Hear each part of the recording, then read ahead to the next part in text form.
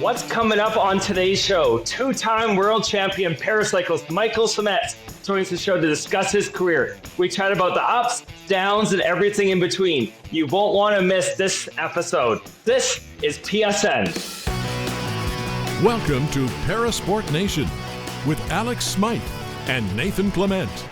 Welcome to PSN. This is Nathan Clement, and as you can tell, I am not Alex Smythe. He is busy filming Zach Galifianakis' biopic right now, so he won't be able to join us for today's episode. But joining me is the Big J Journal himself, producer Jeff Ryman. Jeff, how's it going today?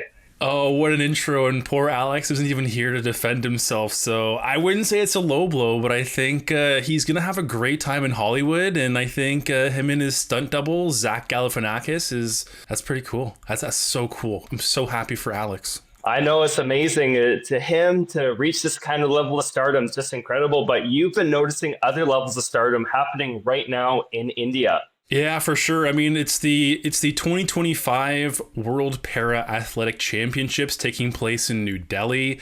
And as of this recording, the Canadians have 2 medals. I'm sure there's going to be more when this airs on Sunday. But currently, friend of the program, Austin Smink, has already gotten a bronze medal in the 400 meters. So that's pretty special. The 800 meters is his specialty. So we don't know as of this recording, we're not really sure where things are going to land, but bodes well for him. And Marissa Papaconstantinou also got a bronze medal in her 100 meter run. So Canadians off to a pretty good start over in New Delhi. But Nathan, the one thing that I've been seeing pop up online a lot are the conditions over in New Delhi. It looks like the air quality could be a bit of an issue. A couple of Canadian athletes have already hinted that they may or may not be at their best, and they're not trying to make excuses, of course, but the quality of the air has not been ideal over there. And then also with an interview that I saw on CBC, Marissa mentioned that on the race day, she was stuck on their bus for 2 hours due to traffic, and she still somehow came up with the third place finish. So Nathan, that's pretty incredible feat, considering that if you're sitting on a bus for 2 hours, and maybe you can go into more of the prep work on race day and whatnot, but that's gotta be sort of mentally draining, just sitting there for 2 hours instead of doing what your normal prep would be on a race day. It's definitely a challenge, and there's definitely a level of difficulty to it. However, you have to look at it as a recovery time, as a rest time, and it's very easily to get overstimulated and really lost with being on the bus. That kind of stress that kind of comes in when you're taking forever in that position. So you really just focus on the things you can't control, not overstimulate yourself, really rest and relax. But to like the air quality, that's one of the things where we want to develop these sports. We want to have these competitions all around the world. And that's just another level, another factor going into different races. Like I've had races where there's been smoke warnings. There's been different warnings in different locations in different places, but the best athletes rise to the occasion. And already, as you mentioned, Austin Smink, we had Marissa Papaconstantinou, and we have so many other incredible performances coming up that is really going to be an exciting week and weekend for the Canadian national team, where I think there's going to be different levels reached. And I know Greg Stewart has yet to throw, and it's going to be a really exciting time just to see what Canada does there. But speaking of world championships, we had a world champion and a world championship medalist on the program today. We got to interview my teammate and good friend, Michael Sametz. Let's throw to that interview and speak to Mike. Mike, thank you for joining us today. Yeah, my pleasure. I want to go back to just over a year ago. Leading into the Paris Paralympics, you broke your femur. And since that recovery, you've been lethal on the international scene, placing 5th at the World Championships in the time trial. Can you walk us through your recovery, but also your experience in Belgium at Worlds? Yeah, well, we missed you there, Nate, a few weeks back. So that's disappointing. That's a whole nother story. But yeah, going back, it's been a wild last year. I ended up in a kind of a freak accident, like probably third day in Paris on the ground in a training session, just landed funny on my right hip, broke it at a really bad angle and had to get emergency surgery in Paris. and that ended my games prematurely. But yeah, no, I had a just kind of like an excellent team of doctors and support staff, physio, coaches helping me out in the last year. And luckily the hip really healed well. Like I had no hiccups or anything, which is pretty impressive from what my doctor was saying, given how the break was and how the angle of the break it was. It could have easily failed and I would have had to have a hip replacement. But yeah, so no, it like healed well. So then it just became pretty easy in terms of the work of just doing physio every day and strength training, and then getting back on the bike. I got back riding on the road in about February. And then got back into full training. Had a bit of a weird World Cup season, so we'll skip over that. But then, full, like, nicely in form for Belgium at the end of August there. And it's just one of those things where more racing is always better to be able to get on the podium. So I just missed that podium by a second in the TT, but kudos to Big Cheese there with the big win. So that was nice to see in there. But it was relatively just easy, a smooth recovery. One of the most severe injuries I've had, probably one of the fastest recoveries, which is quite impressive. So no, I'm glad to be back.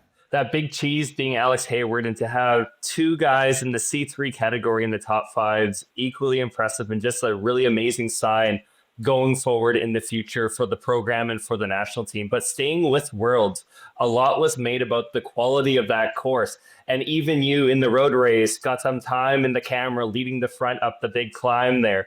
But what was the highlights of that course? Or is there anything that you would like to see that they did in Belgium for future races on the para racing calendar? Oh, I would have to say that was easily the best organized paracycling event, like standalone paracycling event I've attended. They were just, it was a well-oiled machine.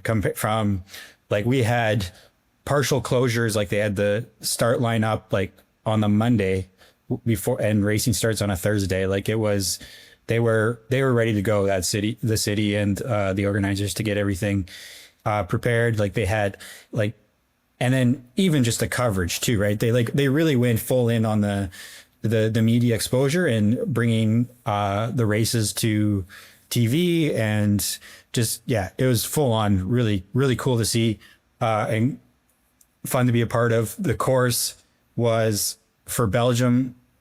It was nice to have a decent climb that we kept doing again and again and again.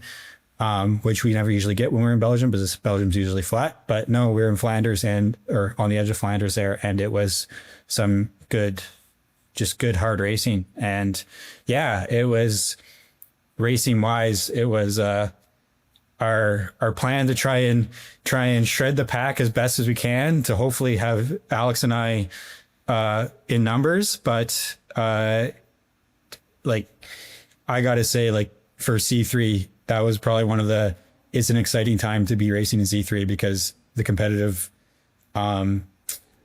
are all very close together here, and that makes racing so much more fun. And you're really getting in the mix right now. And as we enter kind of what was the off season into the building season for us cyclists till the spring and really summer comes, is there anything you're really looking on building and working towards when we enter the 2026 race calendar? Yeah, well, typically at this time of year, I'm either injured or something's gone wrong. So this is the first time last September here that I had full reign to do whatever I wanted, really. So I was able to put in some massive volume on the bike and do some gravel and just kind of have some fun on the bike, chase some Strava KOMs. But coming in for building for next season, it's kind of always refining the TT position. Time trialing has become mainly an arms race and aerodynamics race. So always making sure you're on top of that. So we're going to play around with that to see if we can improve it for next year, because, that's a second right there sometimes. So that's kind of the main focus. And then again, staying healthy. I'm fingers crossed I can stay healthy for more than for 12 months and maybe 24 months, because it's never fun to have to go back on that roller coaster of rehab and injury and rebuilding again. So kind of in that line of questions, and one of the most impressive things is throughout your career, you've won a Paralympic medal in the Rio 2016 Paralympic Games. You've won multiple world championships and had many accolades throughout your career. And even in 2023, on your return to racing, you medaled at world championships in the time trial. What do you attribute your success and resilience to? no, this maybe, I don't know, the discipline for myself. I'm very good at, sticking to a certain plan, and I'm almost like it is a double-edged sword in terms of what got me very down, but also what brought me back is just that discipline to stick with it and meticulously work towards getting back to goals. And it's the day-by-day approach for me, in terms of training and whatnot. But yeah. I know for us, usually it's a lot of banter in our conversations, especially like behind the scenes on the team and that sort of thing. But one of those things I admire most about you, Mike, is your commitment to your work ethic and how hard you go on the bike day in and day out. And as you mentioned earlier, you said it's an aerodynamics arms race at this moment. So this is something we've asked Alex, we've asked Keely these questions. Where do you see cycling evolving to? Because we're reaching a certain level where you look at a lot of Paralympic sports, whether it's track, when now it's cycling, where we're getting to that level of professionalism where you have to go into the aerodynamics. You have to really go into the science to reach that level. But where do you see cycling evolving to by LA or even past then? Yeah, for paracycling specifically. Yeah. Yeah. Yes. Yeah, like it's steadily increased in depth and competition, right? And it's professionalization of it. And yeah, it's become very much like, if you look, I'll just take Belgium for C3. If you look at almost, I think it was like the top 10 was in 30 seconds for that time trial. Like that's very close, over 23 kilometers. So it is definitely, you're having to put a lot more focus on your equipment and everything else, like what World Tour guys are doing too. It's very much the same thing. And it's being pushed by how many there is. The Europeans, many countries are finding more athletes, and the depth of those athletes are significant to that. They're just bringing they're elevating the competition. And that's what this sport needs. And it's making it everything exciting, at least for my classification. So, yeah. It's exciting, like especially in like the T's, it's just getting to a different level there too, where it's that time, that commitment is reaching higher and higher levels, and it's really exciting to see the growth. But switching from cycling, you've worn many different hats in your professional career as well. You've done some work with the Canadian Paralympic Committee, helping build the Paratough Cup.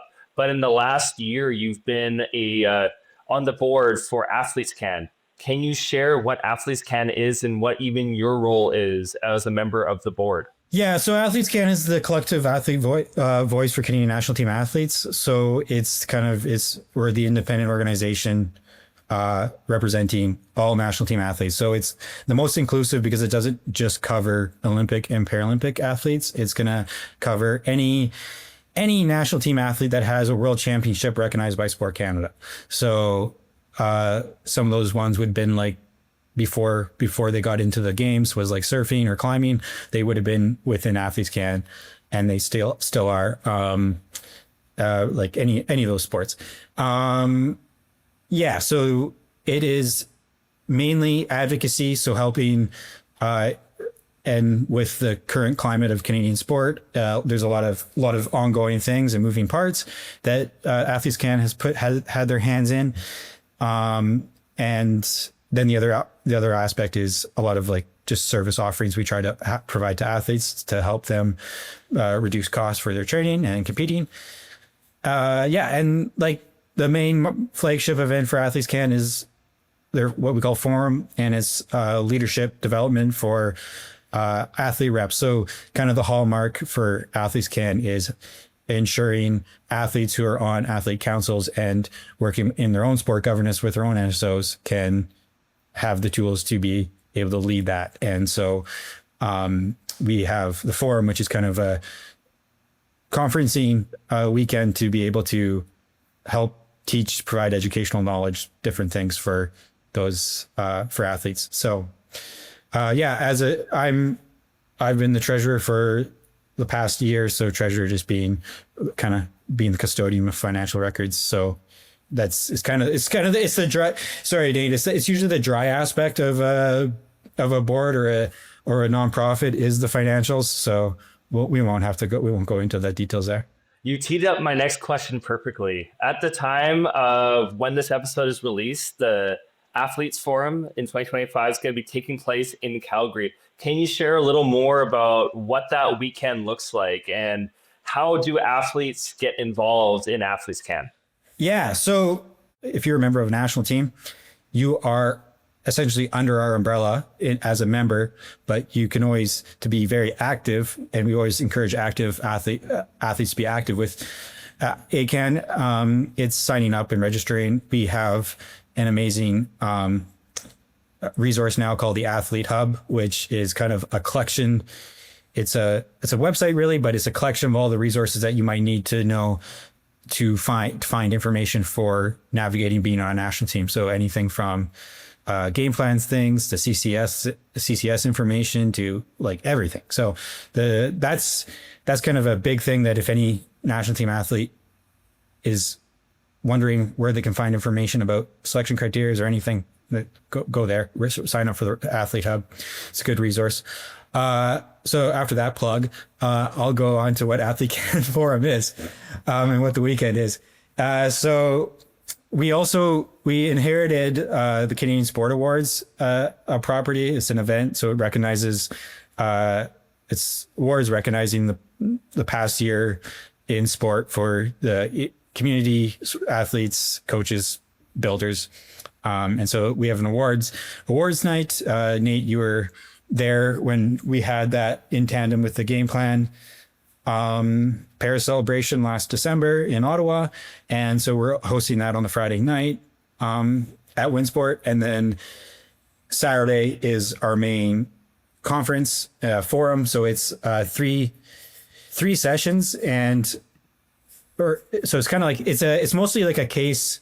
It's not like a keynote speaking or anything. It's a very much hands-on case building and working with your table groups. And so there's about 68 athletes attending. And so the main topics for this is unify, accelerate, and apply. So unify is building trust within your and credibility within your athlete group. And then accelerate is sharing those experiences of what's gone on, and then applying is kind of navigating challenging times. So that's very much a case hands-on workshop where we have Amanda Fowler from Sports Solutions sharing a case from a previous, usually from a previous dispute, like a previous SDRCC case. And we kind of go through that. And yeah, so that's the forum. And then there's a social evening with the PointsBet International, because there's a curling tournament going on at Winsport as well. And Colin, our VP, was from curling, so he's got us with a kind of a social event. So we have a peer networking, so athletes get to know each other outside of a formal conference. And then finally, the Sunday is just is our AGM. So we're able to keep people, we're able to have the athletes there and be able to do the AGM live so that people know, or athletes know, what goes on in a nonprofit in terms of annual general meetings. And so that's when everybody gets so excited to hear my treasurer's report on that Sunday morning. So yeah, and that's the Athletes Can Forum this year in a nutshell. Sounds like an exciting weekend. And kind of switching gears a little bit, recently you just did an over 300-kilometer bike ride, and you even went to a gas station, which is pretty shocking knowing you, because you're a little more high class than myself, or the big cheese when it comes to the foods you pick. So I'm not going to ask what's your go-to gas station meal, but you're a big cafe guy. So I know you like to have your coffees after your bike rides, but what is your go-to cafe meal? Go-to cafe meal. Well, I will say Alex and you are rubbing off on me, because I was carrying Haribos I've been carrying Haribos for most of my endurance rides now, the cola Haribos. And then I also, on that day, when I did stop, because I stopped about 210K, so I had 100-ish kilometers left in that day. And I pretty much just full on pounded back one Coke straight off, and it was a 2 for $5 Coke deal there. So 2 Cokes on that ride, so pretty much a liter of Coke on that ride, as well as many other things. If you're interested, I'll go into the nutrition. Why not? So it was about almost a liter of chocolate milk, a peanut butter sandwich, about 6 gels, 2 Cokes, 4 Gatorades, and then water for about 10 and a half hours, or just under 10 and a half hours, and 322 kilometers. So it was a wicked day. I would do that again in a heartbeat. The go-to cafe, I will go. My favorite type of brewing method is a pour over. So I will go for any coffee shops that have pour over coffees on tap. In Calgary, my go-to coffee shop is Monogram Coffee. They have unreal coffees, so that's usually where I go for coffee stops. And I know Alex has mentioned that I will not stop for coffee after rising kit, and I still usually don't, just because I don't really count training time being in kit. So that's my go-to coffee shop in a roundabout way. You're a big reminder to me all the time of whenever I'm in kit, and we're not on the bike, you let me know right away we're not training right now. So that's something we've come accustomed. Well, it is a thing where if you have some things that might be more challenging to get ready, and I will believe you can show up to the breakfast table or the dinner table still in kit, but it is kind of a thing where I'd rather not be sitting in my own sweaty chamois for any longer than I have to on those days. So, but yeah, whatever floats your boat. Yeah, which is fair, but chamois time is training time, and cycling's a 24/7 activity for us. So you gotta dig in, go deep. But kind of switching gears a little bit, you're known for an infamous cycling helmet tan, and with that tan I am. You are, yeah. There, yeah, you can see. I don't know if you can see. It's an amazing thing of beauty. I've even noticed that's rubbed off on me, where I can start to see little bits of that tan coming in. But Mike, you've been able to travel to so many amazing locations throughout your career and throughout your life. But if you were to plan one dream cycling week or weekend, where would it be, and what would you do? Honestly, Italy has been one of the countries that I've loved cycling in. Mainly because I've had good racing memories there too as well, but it's always been a good time there. Great culture for cycling. So, doing any training camp in Italy, mostly I would like to more target the south, also in the south of France too. I was supposed to go there after Paris, but that kind of got axed. But any of those areas where it's very cycling culture, but we just have not really ever raced there or have had to go there. So one of those, either southern Italy or southern France. Michael, I appreciate your time, and I appreciate you coming on today. I wish Forum the best, and hopefully see you around. Yeah, well, we'll miss you there, bud, at Forum. It would have been a good time if you were able to come. And that was our conversation with Michael Sametz. Now, on the interview, it was just Mike and I, but Jeff, you overheard, you listened. Was there any takeaways from that conversation with Mike? What a career he's had. Holy smokes. You mentioned off the top in the intro, the ups and the downs. That's one resilient dude. And to hear that he broke his femur in Paris just a couple of days before he was set to compete, that's tough. That is very tough, especially for a world champion, a Paralympic medalist, obviously looking to hit the podium in Paris. To have that happen had to be demoralizing. But in that conversation, you wouldn't have known that. He just seems like he's very locked in. Obviously, with a 5th place finish at the Worlds just a couple of weeks ago, I think speaks volumes.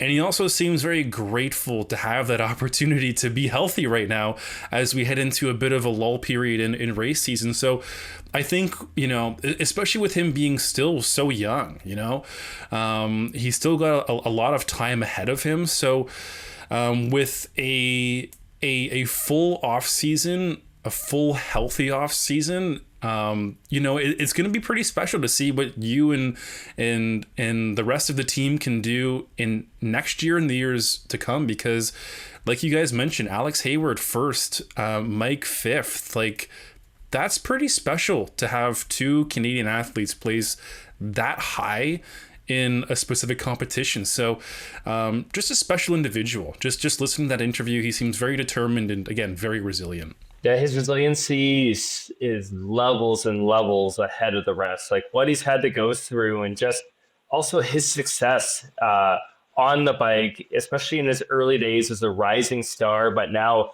coming back to the team and really trying to take that next level has just been phenomenal to witness, phenomenal to watch. And he's someone we have to get on again because he's been my roommate, and he can definitely throw some shade at me here and there, but his personality, who he is, it's amazing. And what he's doing for sport too. There's a lot of stuff behind the scenes that we didn't fully dive into that Mike's doing, but he does a lot of work. But you know what Mike also's got? He's got the best mustache, the best duster in the game right now. Like what he's been able to grow is absolutely amazing. That was one of the first things that I noticed, Nathan, when he popped on the call, was that mustache. And just popping into my mind right now, putting that producer's hat back on, maybe we should do a power rankings for who's got the best duster in all of sport. We can include able-bodied, professional, and para sport into this, and maybe that'll hit the airwaves, the video podcast airwaves in the next couple of weeks. Oh, there's so many amazing lists, and not to give spoilers or any inspiration for future power rankings, but you think of Dennis Eckersley, you think of even Austin Matthews, his duster, and then Mike Sametz has to be up there. But you know who's not up there for their mustache? Me. That is the last thing you're going to want to see. And as we enter November, you're going to start to see it, and it might scare some people, but it's for a great cause when that comes around. But you know what isn't one of the scariest sights is how amazing our viewers and listeners are for this program. And as we wrap today, we wish everyone a great weekend. You can follow the show, follow the program on YouTube under Parasport Nation, under TikTok and Instagram under Parasport Nation, where we have constant content coming out there. Catch you next time. Thanks for tuning in to Parasport Nation. Like and subscribe to the channel to follow us now.